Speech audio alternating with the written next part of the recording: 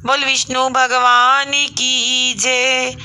13वें अध्याय तक की कथाओं को भक्ति भाव पूर्वक सुनने के बाद महाराजा पृथु ने नारद जी से निवेदन किया, हे देवऋषि, आप सर्वज्ञाता हैं और मैं अज्ञानी। अब आप कृपा करके संतान वृद्धि तथा सुख संपत्ति देने वाली महाविद्या, महामाया, महामेघा, महास्मृति, महामोह, महादेवी, महाईश्वरी तथा सर्व ईश्वरी आहोई देवी की उत्पत्ति तथा इसका व्रत कब और कैसे किया जाता है, इस बारे में हमें विस्तार पूर्वक बताइए।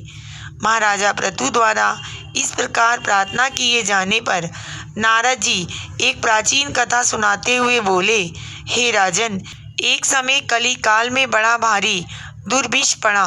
भीषण अकाल और महामारी फैलने से अनेक व्यक्तियों की अकाल मृत्यु हुई। तब सब लोग इस विपत्ति से छुटकारा पाने का उपाय सोचने लगे। अंत में निश्चय करके कार्तिक कृष्ण सप्तमी को सबने व्रत रखा। व्रत के प्रभाव से सायंकाल चामुंडा देवी हाथ में नर मुंड लिए प्रकट होकर कहने लगी, मैं रौद्र सहित विहार करने के लिए यहाँ आई हूँ, परंतु समस्त संसार में पाप छाया हुआ है। ब्राह्मण, वेदहीन, क्षत्रिय, समर्थहीन तथा वैश्य और शूद्र धर्महीन हो गए हैं। स्त्रियों ने पतिव्रत धर्म छोड़ दिया है, इसलिए सभी लोगों को आहोई का व्रत करना चाहिए। कार्तिक कृष्ण सप्तमी तथा अष्टमी को केवल रोगियों को छोड़कर शेष सभी स्त्रियां पुरुष सारे दिन भोजन ना करके सायंकाल आहोई देवी का पूजन करें। आहोई देवी मेरा ही नाम है, अतः सभी व्यक्ति आहोई पूजन को मेरा ही पूजन मानकर भक्ति भाव से करें। आहोई अष्टमी पूजन का विधान बताते हुए चामुंडा देवी ने कहा, सभी व्यक्ति अपने घरों को गोबर तथा मिट्टी से लीप कर साफ करें। फिर काला, पीला, हरा तथा लाल इन 4 रंगों से द्वार पर मेरी मूर्तियां बनाएं और स्वादिष्ट पकवान बनाकर मेरी पूजा करें। जब चामुंडा देवी यह कह रही थी, तभी एक धीवर की स्त्री बोली, हे माता, हम नीच लोगों का कर्तव्य भी बताइए। तब देवी ने कहा, तुम लोग भी मेरे भक्त हो, सो सब लोग मेरा पूजन करके अपनी संतानों को पूजो, तभी मेरी पूजा सफल होगी। मेरी पूजा के बाद कुम्हारनी तथा मालिन की भी पूजा होगी। इतना कहकर देवी अंतर्ध्यान हो गई।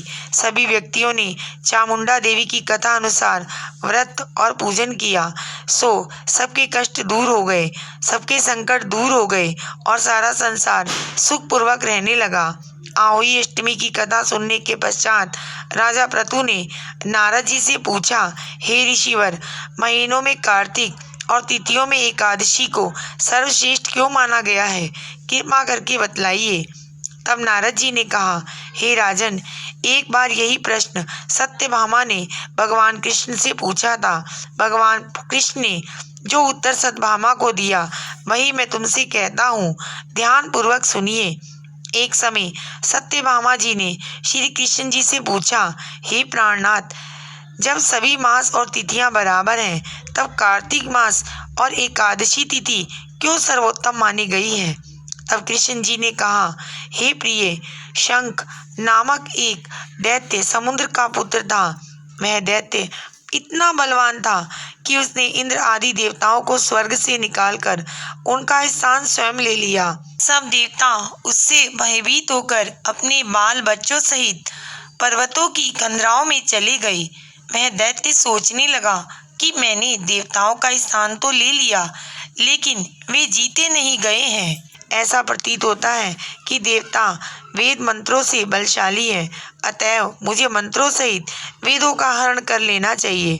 जब उसने ऐसा विचार किया तो वे डर के मारे समुद्र में जाकर छिप गए। ब्रह्मा आदि सब देवताओं ने संसार को वेद विहीन देखा तो सभी देवी देवता भगवान विष्णु की शरण में गए। शेष सैया पर भगवान को निद्रा मगन देखकर सभी देवता उन्हें जगाने के लिए स्तुतियां, भजन, कीर्तन और गायन, वादन आदि क्रियाएं करने लगे। भगवान विष्णु के जाग जाने पर सभी देवताओं ने आवाहन, आसन, पाद्य, अर्घ्य, आचमन, स्नान, वस्त्र, यज्ञोपवीत, चंदन, पुष्प, धूप, दीप, नैवेद्य, तांबूल, पान, प्रदक्षिणा तथा नमस्कार द्वारा भगवान विष्णु का षडोपचार पूजन किया। तब विष्णु भगवान प्रसन्न होकर देवताओं से कहने लगे, हे देवताओं, मैं तुम्हारे से प्रसन्न हूँ, अतः शंख आदि दैत्यों को मारकर मैं चारों वेदों को शीघ्र ही ले आऊंगा। परंतु आज से ही वेद बीज मंत्रों सहित कार्तिक मास में जल में निवास करेंगे।